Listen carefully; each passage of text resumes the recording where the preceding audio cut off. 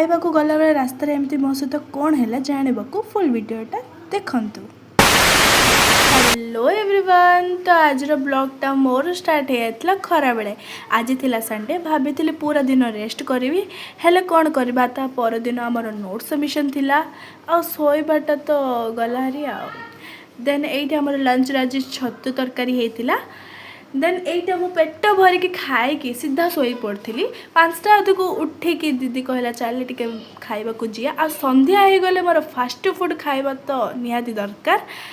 Then एइटे आमे बाहरी गला बेले एते जोर वर्षा है ना, गोटे दुकान रे आमे घंटाडी पर्यंत अपेक्षा करिला पर वर्षा छाड़िला।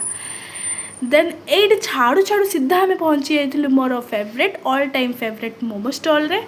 आउ एइटे टिके खाइके सीधा पहुँचे टिके चिकन खाड़ी आ पाग अनुसार आमे टिके सूप पी देइथिलु। देन सूप पीकी हेले मन शांति न हेला टिके गुपचुप आ सब किछि खाइबार डाइजेस्ट पाई थम्स अप। देन एइटे घरे आज हमर फेवरेट पनीर तरकारी होतिला। आउ आपण माने तो देखि परथि आज पाई एतिकी रहउची। बाय।